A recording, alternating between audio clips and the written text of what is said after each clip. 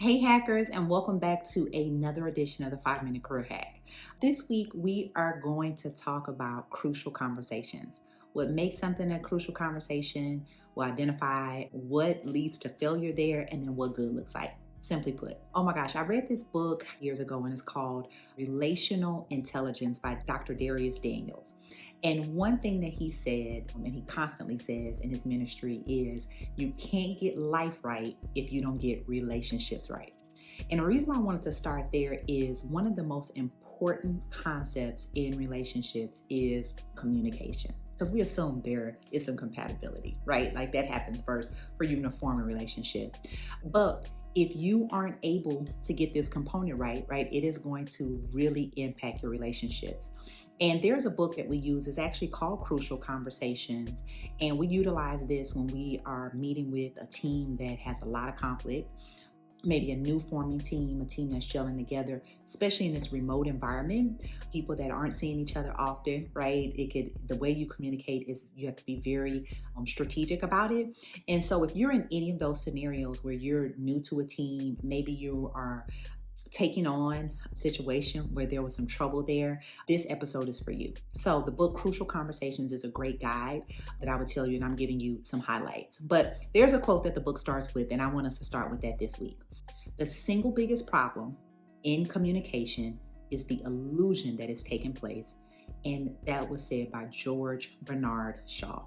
And I couldn't agree more, right? Sometimes it's not what we said or it's our avoidance of it. That brings us to what exactly is a crucial conversation. There's 3 components that make a conversation crucial, according to our authors. The first one is when opinions vary. The second is stakes are high.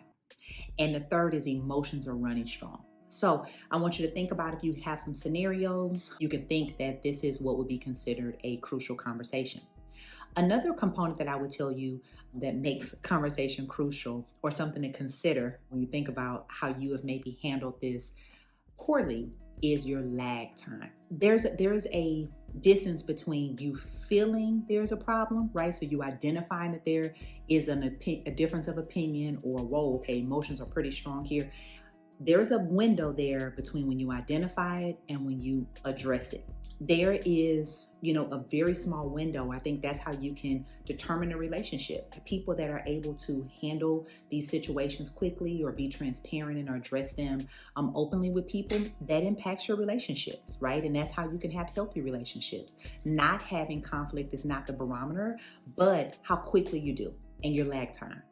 The next is you have 3 options, right? When you're faced with this and these things come, is number 1, you can avoid it. That's a strategy. Avoidance is a strategy. The second choice you have is to face it and handle it poorly.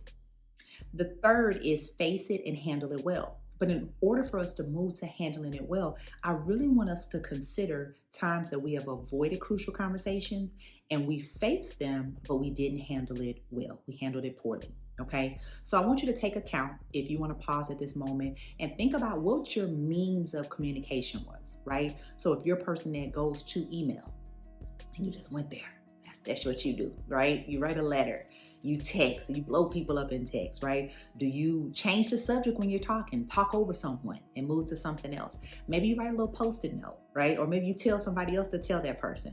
What is the medium that you choose? Because you need to identify that for you. Don't think about how somebody else has handled a conversation poorly. Think about this for yourself and make it personal. The other piece is when these things come to us, right? So when we think about, there's a difference of opinion, there's tempers are running high, there's a lot of stakes here, we tend to turn to our worst. And what we mean by that is we have a natural tendency on how we deal with conflict. Usually the way we deal with conflict is how we would deal with a physical threat. So you have flight or fight, okay? So are you a person that runs away? Are you a person that is like, okay, dukes up, because your safety, or so you feel, maybe there's not a psychological safety, right? Of course.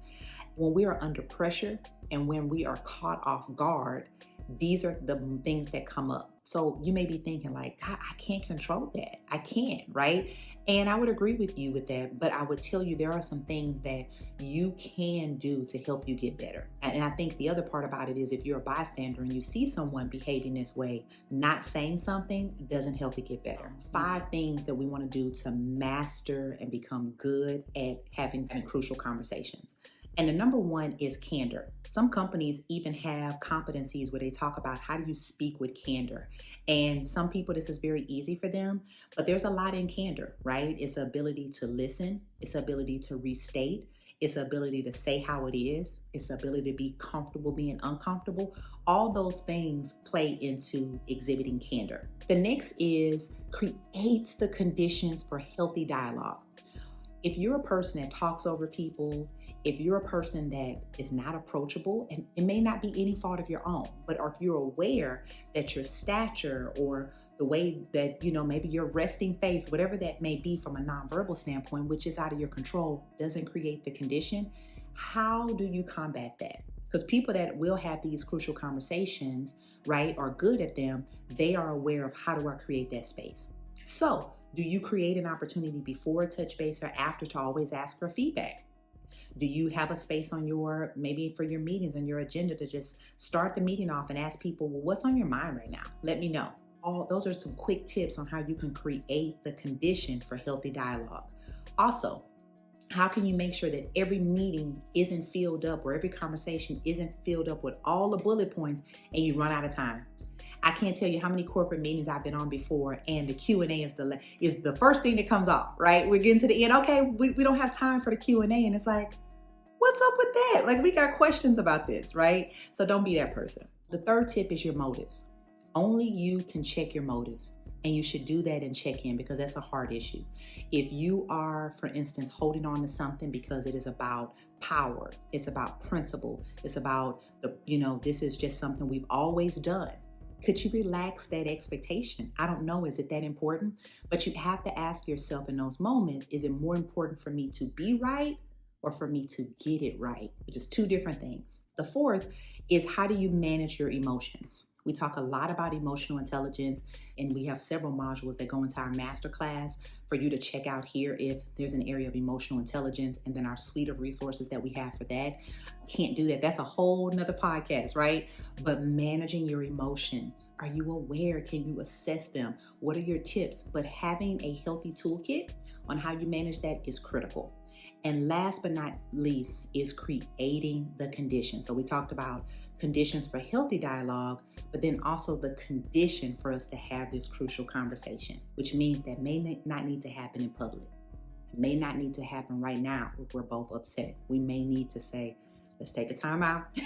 Let's put a date, right? So that lag time doesn't get big. But these are some tips. Hopefully this has helped you this week. This is important, because if you don't get relationships right, you can't get life right. But pass this along. Love for you to rate and share your comments below on what you took away. And as always, be well.